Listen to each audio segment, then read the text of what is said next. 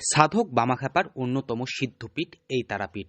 বীরভূমের তারাপীঠ স্টেশন কিংবা রামপুরা স্টেশন থেকে মাত্র 15 মিনিটের মধ্যে পৌঁছে যাওয়া যায় এই তারাপীঠ মন্দিরে। প্রত্যেক দিন এই তারাপীঠে হাজার হাজার মানুষের ভিড় জমে। কৌশিক অমাবস্যা উপলক্ষে সেই ভিড় পেরিয়ে যায় কয়েক লক্ষ।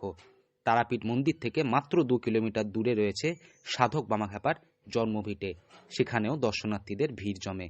তবে এবার তারাপীঠ আসতে গেলে আপনাদের বেশ কিছু নিয়মের মান্যতা দিতে হবে।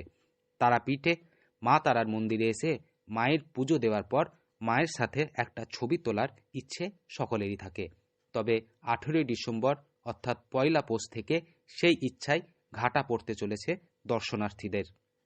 তারাপীঠ তারামাতা সেবায়েত সংঘ এবং তারাপীঠ মন্দির কমিটির তরফ থেকে একটি নির্দেশিকা জারি করা হয়েছে।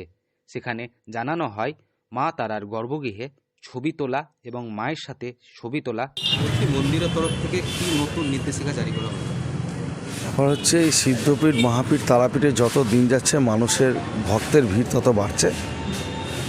তাই পুজো দিতে ভক্তের যাতে খুব কম সময় লাগে লাইনের মাধ্যমে, তার জন্য আমরা কিছু নিয়মের পরিবর্তন আনছি।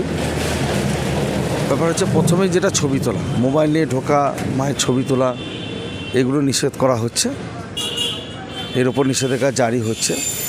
সেই সাথে ভিতরের মায়ের সাথে অঞ্জলি দেওয়া বা পূজা পদ্ধতিগুলো যেগুলো ব্যাপারগুলো আছে সেগুলো যাতে কম সময় লাগে সে বিষয়ে নির্দেশিকা জারি করা হয়েছে।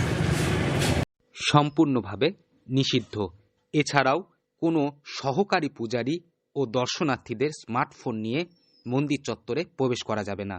ছবি তুলতে তুলতে কোনো পূজারী অথবা দর্শনার্থী গর্ভগৃহে প্রবেশ করতে পারবে না।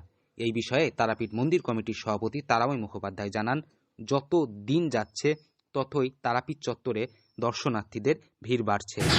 মাকে শুধু দর্শন করেই মাকে বেরিয়ে চলে আসতে হবে ভক্তদেরকে। তাহলে কী হবে, প্রতিটি লাইন যেগুলো পুজো দেওয়ার যে লাইনগুলো আছে সেগুলো কিন্তু কম সময় লাগবে।